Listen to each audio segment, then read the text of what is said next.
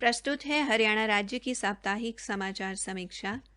लेखक हैं वरिष्ठ पत्रकार दिनेश गोयल। वाचिका रत्तिका। पूरे देश सहित हरियाणा में वायु प्रदूषण चिंता का विषय है। पिछले 1 वर्ष में ही वायु प्रदूषण से होने वाली बीमारियों की वजह से देश में लगभग 17 लाख लोगों की मृत्यु हुई है। पंजाब और हरियाणा में प्रत्येक 100 व्यक्तियों में से 19 व्यक्तियों की मृत्यु वायु प्रदूषण की वजह से हुई है।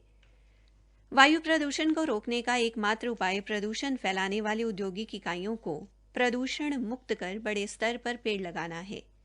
लेकिन हरियाणा में तमाम प्रयासों के बावजूद वन क्षेत्र लगातार कम हो रहा है। सरकार हर साल वन क्षेत्र बढ़ाने का लक्ष्य तय करती है, लेकिन वन क्षेत्र कम हो जाता है। ये स्थिति प्रत्येक वर्ष रोपित किए जाने वाले करोड़ों पौधों के बावजूद है, जिस पर अरबों रुपए खर्च किए जा चुके हैं। जन संगठन पौधे लगाने के बाद उनकी देखभाल को लेकर जरा भी संजीदा नहीं है। हम हर साल आगे बढ़ने की बजाय पीछे खिसक रहे हैं। हरियाणा में 6.65% धरती पर ही वन क्षेत्र है।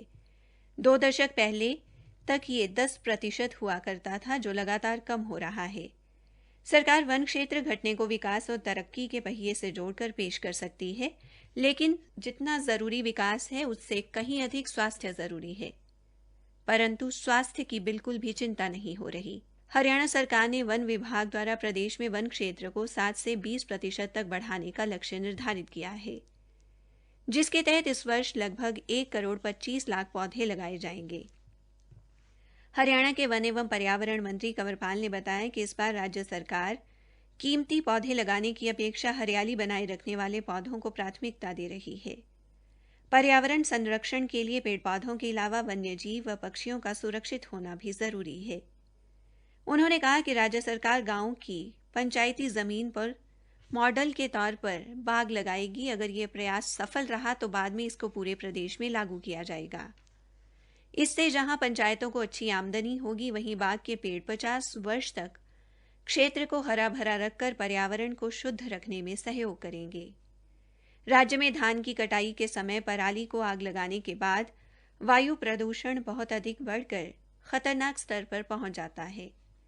हरियाणा में 660 गांव ऐसे हैं जहां किसान अपनी धान की फसल के बाद उसके अवशेष यानी पराली का खेतों में ही दहन कर देते हैं।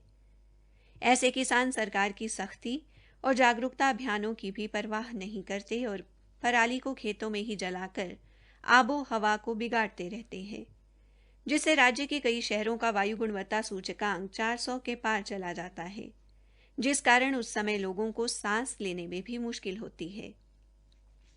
मुख्यमंत्री मनोहर लाल ने बताया कि पराली जलाने के मामलों पर अंकुश लगाने के लिए इस साल पराली प्रबंधन के लिए 216 करोड़ रुपए की राशि का प्रावधान किया गया है। पराली न जलाने व पराली के उचित प्रबंधन के लिए पराली की गांठ व बेल बनाने पर किसानों को 1000 रुपये प्रति एकड़ प्रोत्साहन राशि देने की व्यवस्था की गई है। कलानौर, रोहतक व करनाल के बस्ताड़ा में भी बायोमास संयंत्र लगाए जा रहे हैं। इसके अलावा कुरुक्षेत्र, कैथल, जींद व फतेहाबाद जिलों में पराली से ऊर्जा उत्पादन की 4 कंपनियों ने अपने संयंत्र लगाने की सहमति दी है। जिस गांव में पराली नहीं जलाई जाएगी उसकी पंचायत को राज्य सरकार द्वारा 10 लाख रुपए नकद पुरस्कार दिया जा रहा है।